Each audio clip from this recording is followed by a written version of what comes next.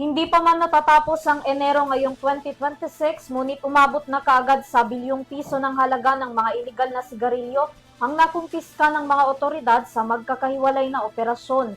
Una na rito ang sa Batangas na may 1.1 billion na mga kontrabandong nadiskubre, kung saan ang smuggler sa likod nito nakatakda na nilang sampahan ng kaso sa susunod na buwan. May karagdagang report si Shai Morales.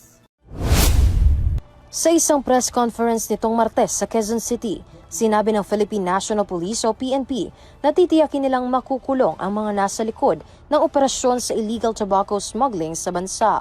Yan ay matapos ang sunod-sunod na operasyon ng pulisya kontra smuggling ng illegal na mga sigarilyo na umabot sa halagang mahigit 3.3 billion pesos sa loob ng halos isang buwan.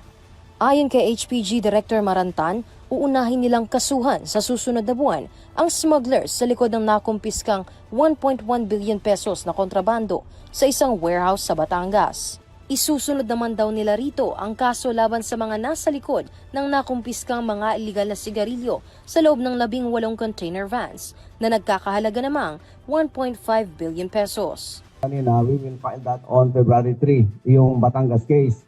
Because the Malabon incident, we are still on the inventory. Medyo mahirap pa yung mag-inventory pala ng nakita ko.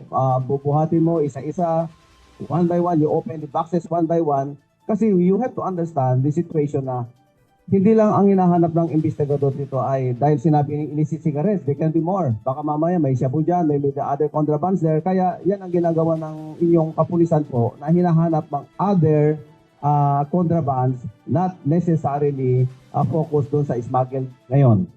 Ayon naman kay Area Police Commander Carriaga, tuloy-tuloy ang kanilang pagpupulong kasama ang ibang ahensya para marisolba ang problemang ito. Giit pa niya, kailangan nila ang maayos na koordinasyon kasama ang ibang ahensya, lalo pat bago pa lamang ang kaso. Tinutulungan din kami ng DOJ. Kaya continuing ang meetings namin at focus lang kami sa trabaho.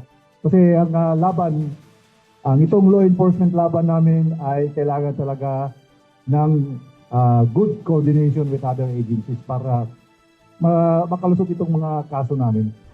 Sa unang linggo pa lamang ng Enero, nakabilang na sa kabuuang mahigit 3 bilyong pisong halaga ng nakumpiskang mga kontrabando ng PNP ang nasamsam na 97.4 million pesos na imported na mga sigarilyo sa Maguindanao del Norte.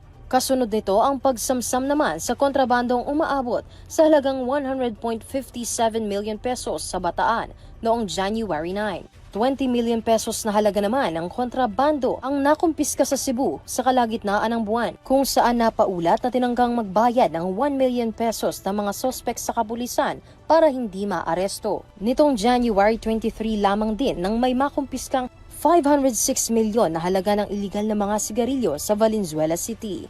Ayon sa PNP, tuloy-tuloy ang kanilang operasyon kontra kriminalidad.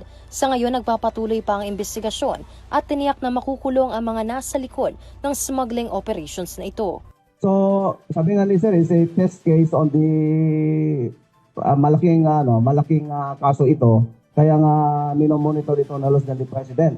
Kaya please, bear with us muna sa ngayon. We are doing our best sa ground. I cannot tell you what we are doing now kasi baka ma-preempt lahat. But believe us, may mapupusatan, may makukonfig dito.